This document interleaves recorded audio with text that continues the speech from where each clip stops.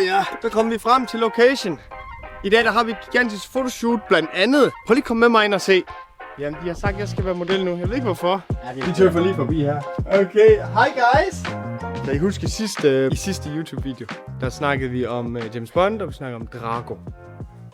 Øj, mi amore. Ja, det er lækkert. Fotoshoot-tid. Jeg bliver nødt til at klæde om. Så kom jeg i tøj.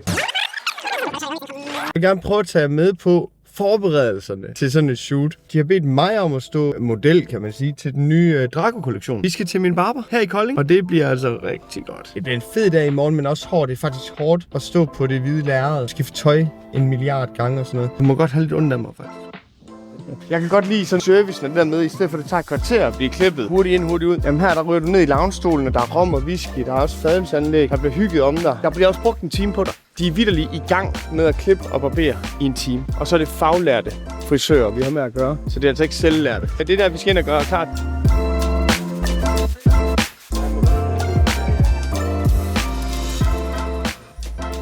For det første, vi har jo slået rekord i hele Carlsens nu. Vi har haft den bedste åbning i Carlsens historie. I alle de 6 butikker, altså 7 butikker, der er åbnet, der har den her været den, der har omsat for allermest og haft allerflest igennem den første måned. Det er fandme fedt. Vi har ikke haft et ordentligt sted at gå til barber. Det har været de der 10 minutter. Ja, hurtigt ud. Præcis. Taber i siden. Først taber. Vejlebutikken er flyttet fra en meget lille 70 kvadratmeters butik til sådan en stor og plus 200 kvadratmeter. Den skal vi på en eller anden måde finde ud af, hvordan vi skal have indrettet. Det skal være mega fedt. Kan du sørge for at få mere hår heroppe? Køen i Istanbul kommer. Og du vil sige til mig, hvis jeg var begyndt at blive skaldet, ikke? Jo. Godt. Det er du ikke. Er det rigtigt? Der er en grund til, at du har cap på. Og det er en okay, det er fucking håbløst. Ja, det er ikke så godt. De butikker, som klarer sig OK igennem den her tid, det er sådan nogle steder her, hvor man skaber en oplevelse. Vi sådan vender os til ikke kan være foruden. Jolien gør det meget med det her med at tage en time ud af kalenderen til at rådgive. Skabe noget, der er mere end tøj. Og det samme koncept har Carlsens Barbershop. Det er også derfor, jeg godt kan lide at komme her. Og det er også derfor, vi har samarbejdet med Carlsen. Man går den ekstra mil. Man bruger de ekstra minutter på at skabe en unik oplevelse. Det tror jeg er mega vigtigt.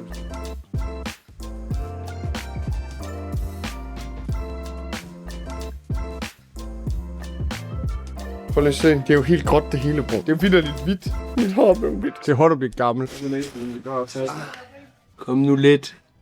Ja. Vi tager til i morgen. På vejen hjem fra shoot i Aarhus, der skal vi lige forbi Vejle og Kolding. Alt efter Vejle har åbent, men jeg tænker, der hvor vi tager jer hen, det bliver Kolding-butikken. For det er der skal se den største renovering. Kolding-butikken er fin, som den er, men vi ønsker at få implementeret det her Sutu-brand i Kolding-butikken. Så vi ønsker at få gjort plads, få snedket lavet en masse reoler og få gjort plads til en masse standardprodukter. Så i takt med, at der kommer flere og flere standardprodukter, pullovers, turtlenecks, overshirts og standardjakkesæt og standardskjorter osv., så skal vi have implementeret det i butikken på en eller anden smart måde. Det skal vi tage ned og kigge på, hvordan vi lige får gjort. Gennem 15 år, hvor vi har lavet skræddersyet tøj, der har vi fået det efterspurgt hver eneste uge, om vi ikke kan lave standardtøj, som man kan få med det samme. Det har vi endelig fået udviklet. Så nu har vi lavet et brand, der hedder Sutu, som sørger for at imødekomme alle de ønsker, vi ikke kan imødekomme med Jolien-brandet. Fordi at Jolien skræddersyr alt fra bunden af, så er der jo de her 4-8 ugers levering. Så det der med at lige få den perfekte bukse på fredag, eller lige få den gode pullover, eller hvad man mangler, det har vi ikke kunne levere før nu. Nu er vi på parkeringspladsen i Kolding, så nu vil jeg lige tillade mig at parkere bilen, uden at lave en ris. Så er vi kommet til den flotte Kolding-butik. Skal vi gå ind og kigge, om vi kan få plads til en masse ting? Let's go. Hi guys! Jeg kommer lige og skyder lidt content hernede i dag. Goddag, fyr. Hej. Goddag, fyr. Ja. Goddag, fyr. Han er fra Fyn. Det er jo ikke. Vil du høre en syg historie? Et af han er fra Fyn. Det er sindssygt. Men der er også en anden fed historie. Det her, det er Tom. Han er ny mand her i Kolding. 2 dage efter eller sådan noget. Du har din første arbejdsdag. Ja. Det er der en lejlighed ledig i Kolding Sky. Han er min nabo. Han flytter vitterligt ind lige ved siden af mig, uden at vi vidste det. Stadigvæk det der med, at han er fra Fyn, det er stadigvæk den vildeste historie. Jeg er så forfare det. Men ja. Hvorfor skal du ødelægge min YouTube-video? Alt det her, det skal more or less smides ud. Eller til genbrug, eller et eller andet, ikke også? Jeg tror, de 2 lounge-stole her, de bliver rykket op herop til. Og så bliver de blå lounge-stole rykket til en anden butik, eller smidt til Røde Kors eller et eller andet. Alt det her, det bliver sådan fjernet. Så kører vi en køkkenø, ligesom vi gør i de andre store butikker. Så 6 barstole, og så bliver hele det her, det bliver et stort rack. snedkerlavet rack med jakkesæt, skjorter, pullovers, t-shirts, underbukser, sokker. Alt skal simpelthen snedkerlaves ind her fra gulv til loft. Og så kunne jeg godt tænke mig, at 2 af vores facadevinduer, at der bliver væg til væg. Dem har vi i Aarhus. Jeg tror ikke, vi 2 har været i Aarhus sammen og skyde materiale. Men der er der lavet racks, som går fra væg til væg og gulv til loft, hvor vi så kan få plads til jakkesæt også. Alle vores made-to-measure-produkter kan komme ind der, så det her plads, det kan blive frigjort, så der kan komme hul her.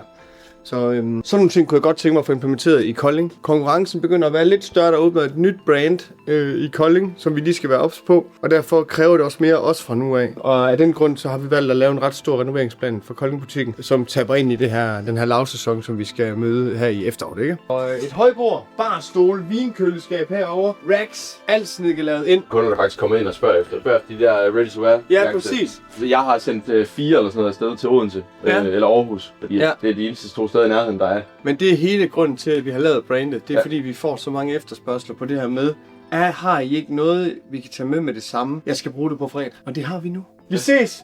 Stærkt arbejde. Var det, ven? Ja, det er det For fint stadigvæk. Han er stadigvæk for fint. Jeg har et spørgsmål. Hvad er ideen med det her YouTube, du laver den her?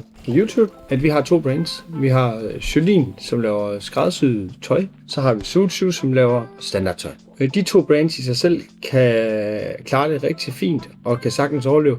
Men vi vil gerne putte noget personlig branding på de her 2 tøjbrands. Og i den forbindelse har vi prøvet at teste lidt af de sidste 10 år med videoer og små reels og sådan nogle ting af mig, der fortæller om iværksætteri og innovation, og alt har vi været igennem efterhånden også 2 sammen. Byg en YouTube-kanal op omkring iværksætteri og innovation og rejsen med de her 2 tøjbrands. Det er faktisk det, vi er i gang med. Iværksætteri er meget hypet i Danmark, men til stadighed der oplever vi jo, at ekstremt mange virksomheder lukker inden for et. Det er meget på tale også i Løvenes Hule og sådan noget med, hvor mange overlever egentlig efter Løvenes Hule. Og der er en ret aktuel artikel ude lige nu, som florerer på LinkedIn, hvor der faktisk er en ung journaliststuderende, som har helt fra sæson 1 til nu har lavet en opgørelse over det. Og det er endda folk, der har fået tv-tid.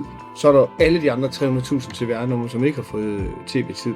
Og der synes jeg da bare, det er spændende, hvis man kan hjælpe lidt til at give nogle gode råd med på vejen, eller hvis jeg kan inspirere til, at man undgår fejl. Vi har jo haft Rune 18 butikker, og nu har vi 15. Jolien er ikke et brand, man skal opleve online. Jolien er ikke tøj, du kan købe online. Det er skræddersyet, der følger en ret stor ressource med i form af den prisvindende oplevelse, man får i Jolien. Og jeg synes, der er noget menneske. Vi har så meget AI og robot og ChatGPT og alt muligt. Altså, vi har brug for, som mennesker også, at være sammen om noget. Og det kan man i Jolien-brandet. Der kan du komme ned og være sammen med dine venner, og være sammen med dine bedstmænd, og få en fantastisk oplevelse, når I handler tøj.